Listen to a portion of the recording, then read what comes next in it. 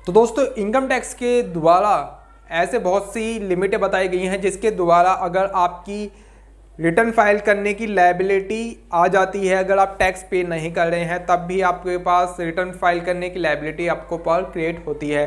तो दोस्तों जो हमारी जो एक लिमिट बताई गई है वो तो एक तो एज वाइज बताई गई है। पहले हम बात कर लेते हैं ग्रॉस टोटल इनकम आखिर हमारी क्या होती है। तो दोस्तों ग्रॉस टोटल इनकम जो हमारी, जैसे मान लीजिए आपकी जो पूरे साल की जो इनकम है वो 4 लाख रुपए है ना, आपने डिडक्शन ले ली अब 80C की जो कि 1.5 लाख की डिडक्शन मिलती है, तो आपकी अब आफ्टर डिडक्शन जो अमाउंट बैठ रही है, इनकम बैठ रही है वो 2.5 लाख रुपए बैठ रही है। तो यहाँ पे आपकी जैसे 2.5 लाख रुपए बैठ रही है, इनकम टैक्स ने आपके ऊपर लिमिट बताई हुई है कि 2.5 लाख रुपए जो है वो मिनिमम लिमिट है। तो यहाँ पे आपको रिटर्न फाइल करने की लायबिलिटी तो क्रिएट हो जाती है, पर यहाँ पे जो आपकी ग्रॉस टोटल इनकम है वो होती है यहाँ पे 4 लाख रुपए। तो दोस्तों अगर आपकी एज 60 साल से नीचे है तो आपकी जो ये लिमिट है वो होती है 2.5 लाख रुपए। अगर आपकी जो एज है वो 60 साल से लेकर आपकी है 80 साल के बीच में, जिनको हम सीनियर सिटीजन कहते हैं, तो आपके लिए ये लिमिट है 3 लाख रुपए। अगर आपकी 80 साल से ऊपर है एज, जिसको हम सुपर सीनियर सिटीजन कहते हैं, उनके लिए लिमिट बताई गई है 5 लाख रुपए। तो दोस्तों अगर ये लिमिट क्रॉस हो जाती है तो आपको रिटर्न फाइल करना कंपलसरी हो जाता है, चाहे आपका टैक्स बन रहा हो या ना बन रहा हो। अब बात करते हैं हमारे सेकंड रूल के बारे में। दोस्तों हमारा सेकंड रूल जो होता है वो यही कहता है कि अगर आपने पूरे साल के अंदर अगर आपने सेल करी है पूरे 60 लाख रुपए की, अगर जैसे कि आपने सेल कर दी है, तो यहाँ पे आपको रिटर्न फाइल करने की लायबिलिटी दोस्तों आ जाती है। वैसे भी जो हमारी जो लिमिट बताई गई है, जो आपकी जो जीएसटी डिपार्टमेंट के द्वारा बताई गई है, तो यहाँ पे आपको जो जीएसटी लेने की भी लायबिलिटी क्रिएट हो जाती है। 20 लाख से 40 लाख के अगर आपकी जो है टर्नओवर बैठ रही है तो वहाँ पे आपको जीएसटी लेना भी कंपलसरी हो जाता है। पर यहाँ पे हम जीएसटी की बात नहीं कर रहे हैं, हम यहाँ बात कर रहे हैं इनकम टैक्स के बारे में। तो दोस्तों अगर आपकी पूरी जो इनकम है जो 60 लाख के पार पहुंच जाती है तो आपको रिटर्न फाइल करनी बहुत ज़्यादा कंपलसरी हो जाती है।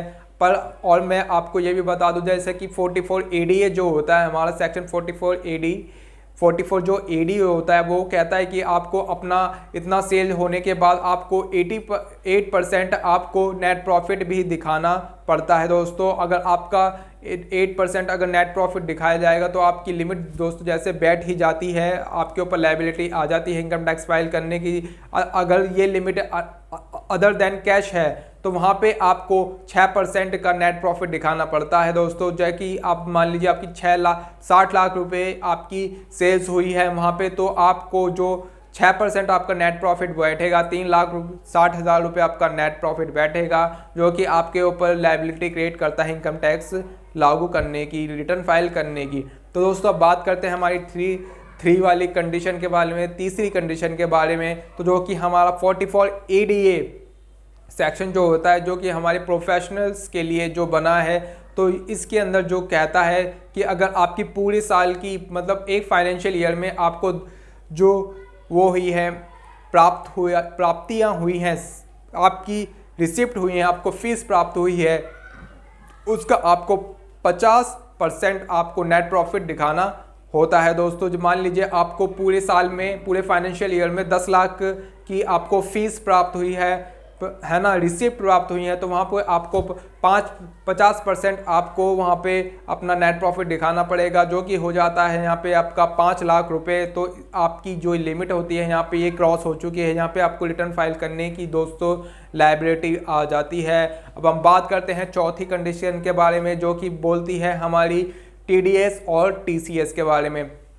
तो दोस्तों अगर आपका पूरा साल भर में, पूरे एक फाइनेंशियल ईयर के अंदर आपका जो TDS कटा है वो कटा है 25,000 रुपये तक का, अगर आपका TDS, यहाँ पे हम TCS की भी बात कर रहे हैं, तो आपका 25,000 से तक कटा है तो भी आपको रिटर्न फाइल करने की लायबिलिटी आपके ऊपर दोस्तों आ जाती है। यहाँ पे आपको रिटर्न फाइल करनी है। अगर आपका टैक्स नहीं बन रहा है तो आप सिंपली रिटर्न फाइल करके अपना रिफंड प्राप्त कर सकते हैं। जो भी आपका TDS कटा है वो आपके सीधा अकाउंट में आ जाता है। दोस्तों अब बात करते हैं यहाँ पर हम पांचवी कंडीशन की, जो कि TDS से ही मिलती जुलती है। तो दोस्तों हमारी जो पांचवी कंडीशन है उसके अंदर हम यही बताना चाहते हैं कि जो हमारे सीनियर सिटीज़न जो होते हैं उनके लिए जो ये TDS और TCS की जो लिमिट बताई गई है वो होती है आपकी 50,000 रुपये ये लिमिट बताई गई है। अगर 50,000 ये लिमिट क्रॉस हो जाती है, वहाँ पे आपको रिटर्न फाइल करने की जो लायबिलिटी है दोस्तों वो क्रिएट हो जाती है ना दोस्तों। अगर हम बात कर लेते हैं अगर आपका अपनी दूसरी कंडीशन के बारे में, जो कि अब हम आ गए हैं अपनी छठी कंडीशन पे दोस्तों हम आ गए हैं। तो दोस्तों छठी कंडीशन में हम आपको ये बताना चाहते हैं कि अगर आपकी करंट अकाउंट है और पूरी आपने मतलब कि सेल परचेज करी है, पूरी वो बैठ गई है 1 करोड़ के आसपास, तो आपकी अगर आपके करंट अकाउंट के अंदर 1 करोड़ की ट्रांजैक्शन हुई है 1 साल के अंदर, तो यहाँ पे भी आपको रिटर्न फाइल करना बहुत ज़्यादा कंपलसरी हो जाता है दोस्तों। यहाँ पे आपको रिटर्न फाइल करनी पड़ जाती है। अब बात करते हैं यहाँ पे हम अपनी सेकंड कंडीशन के बारे में दोस्तों। अगर आपने इलेक्ट्रिसिटी बिल पूरे साल में 1 लाख रुपए तक का अगर आपने इलेक्ट्रिसिटी बिल चुकाया है, तो यहाँ पे दोस्तों आपकी लायबिलिटी बन जाती है इनकम टैक्स रिटर्न फाइल करने की। वैसे वहाँ पे पैन कार्ड नहीं दिया जाता है, पर जब भी ये डिस्प्यूट में अगर आपका कोई स्क्रूटिनी में केस चला जाता है तो पर वहाँ पे ये सारी चीज़ें देखी जाती हैं कि आपने इलेक्ट्रिसिटी बिल 1 साल में कितना चुकाया है दोस्तों। तो इस तरीके की ये कंडीशन लागू हो जाती है ना दोस्तों। अब बात कर लेते हैं हम 8वीं कंडीशन के बारे में। तो दोस्तों हमारी जो 8वीं कंडीशन होती है वो ये कहती है कि अगर आपको कभी विदेश जाना पड़ता है या वीज़ा अप्लाई करना पड़ता है, तो वहाँ पे भी आपको इनकम टैक्स की ज़रूरत पड़ती है, ITR की आवश्यकता पड़ती है दोस्तों, वहाँ भी आपको अपनी रिटर्न दिखानी पड़ती है। तो वहाँ पे भी आपको उसके लिए भी अपनी रिटर्न फाइल करना, अपनी रिटर्न दाखिल करना बहुत ज़्यादा कंपलसरी हो जाता है दोस्तों। तो दोस्तों अगर आप अपने किसी भी दोस्त यार को या अपने किसी भी बिजनेस के सिलसिले में किसी भी एम्प्लॉय को भी अगर आप किसी फॉरेन ट्रिप पे भेजते हैं या उसको वीज़े के लिए अप्लाई करवाते हैं, तो भी दोस्तों वहाँ पे भी आपको रिटर्न फाइल करके दिखाना पड़ता है।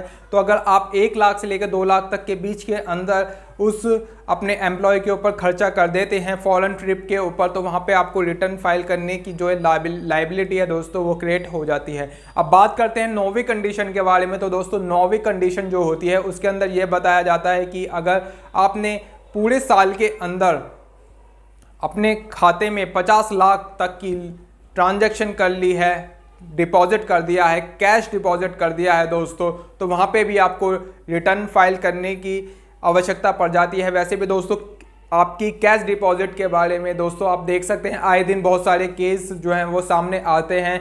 वैसे कभी अभी 10 लाख रुपए लिमिट रखी हुई है, अगर आप 10 लाख रुपए तक का भी कैश अगर आप जमा कर देते हैं, लेन देन कर देते हैं अपने सेविंग अकाउंट के अंदर, तो वहाँ पे आपको रिटर्न फाइल करना दोस्तों बहुत ज़्यादा मैंडेटरी हो जाता है।